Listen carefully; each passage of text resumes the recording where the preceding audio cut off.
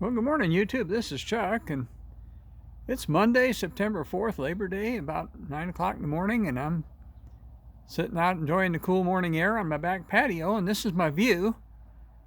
But I got a little story for you today, and this is the neighbor's house. And let me turn back around here so I can talk to you.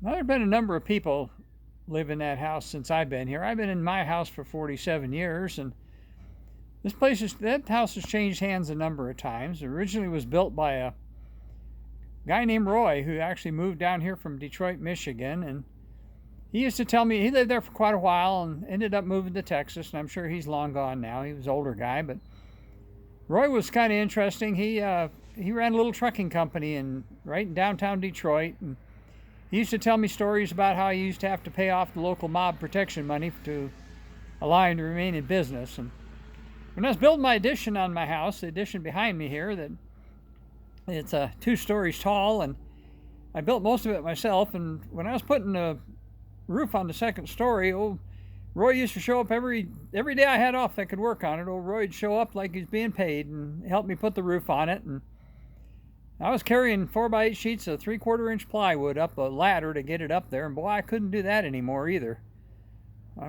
Old age finally caught up with me. I can't do anything that I used to be able to do. But anyway, the story's not necessarily about Roy. The story's about another guy that lived there for a long time, and his name was Orval.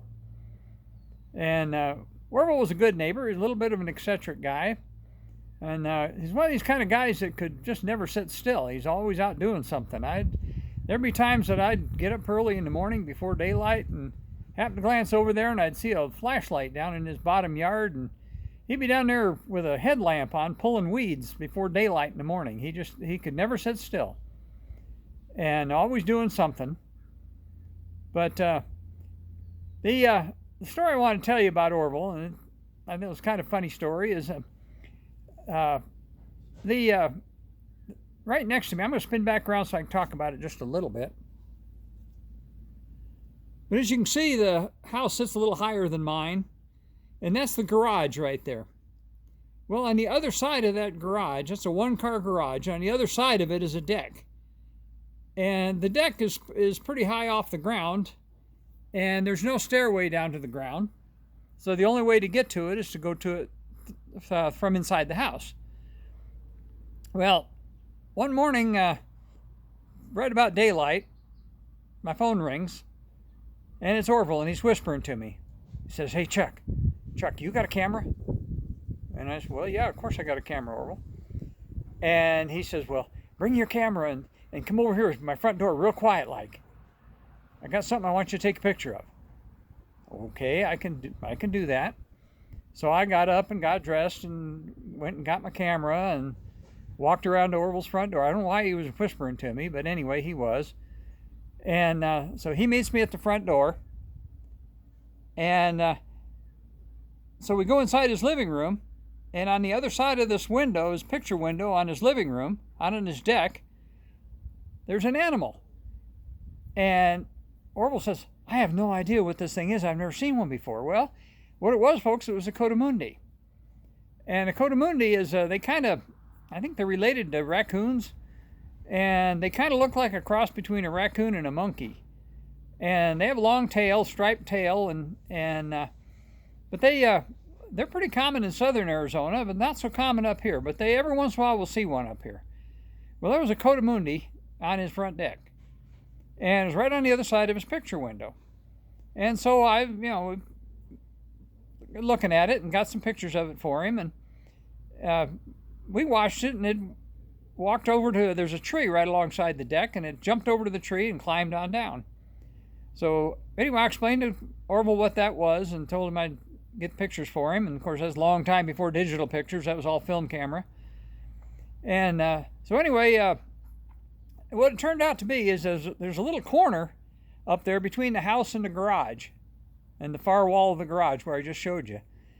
And Orval had a little piece of green astroturf there, and that Coatimundi, he or she decided that was their territory, and that was where they were going to live. And that thing would go out hunting at night and come in the daytime, and it'd curl up in that corner and it'd sleep there during the day. And so Orval wanted to get rid of it, and he wasn't quite sure how to do it. What was interesting, I thought, was that Coatimundis usually run in groups, in family groups, and you don't normally see a solo one. So I don't know whether this was a big, it was a pretty good sized one. I don't know if it was a male or whether it was a male or female or what the deal was, whether it was a young male looking for territory or whether it was an old one that got run off from his group or what. But anyway, Orval decided he wanted to get rid of that Coatimundi because when he'd go out, he tried to go out on his porch and the darn thing would hiss at him. So when it was gone, he went out there and he sprayed ammonia all over that rug, and that didn't do any good. And the thing went out there and just started scratching and digging a hole through that AstroTurf. So he started trying to block it with furniture and do a bunch of stuff. And then he went out there and set up a garden hose and turned it on and sprayed it with water. And of course, it didn't like that much. It hissed at him, and it was trying to challenge him. They can be pretty territorial, and he'd walk into his living room by the window, and the thing would stand outside the window and hiss at him through the window. And he was kind of afraid it was going to try to come through the glass. So he was giving me progress reports on it from time to time, and it was there for a couple of weeks, and he figured it'd move on. But it kind of set up housekeeping there, and it didn't want to leave. And no matter what he did to it, it wouldn't leave, and it was getting more and more aggressive. So finally one day it wasn't there anymore, and I don't know. I don't have any idea whatever happened. I asked Orval what happened, and he just said it went to live somewhere else, and he would never be real definitive about it. And I think he probably snuck out there with a .22 and shot it. I don't know that, but whatever, that whole episode went on for probably a month, and that Coatimundi, he'd come right up to the window, and they'd be sitting in the living room, and that thing would come up and hiss at him through the window because it was trying to take over that porch. Very territorial.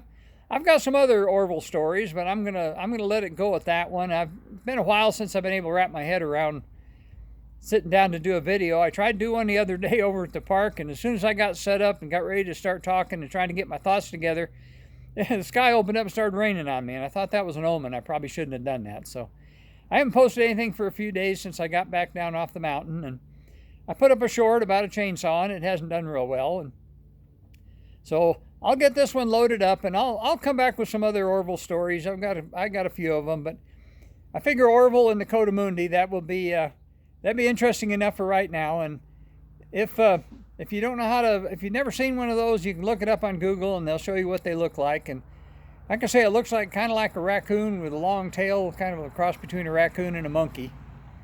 Down in the Sky Islands in southern Arizona and northern Mexico, they're pretty common. But as I said, we don't see them up here too often. I've seen them before in town here, but not very often. So with that, as I always do, I'll tell you to take care of each other, love each other, have a good, safe holiday weekend.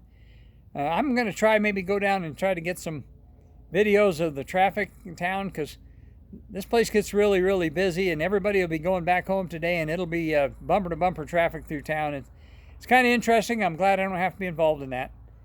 And so we'll get back with you in another one real soon. So right now, I'll just spin it back around, and I'll just tell you peace out.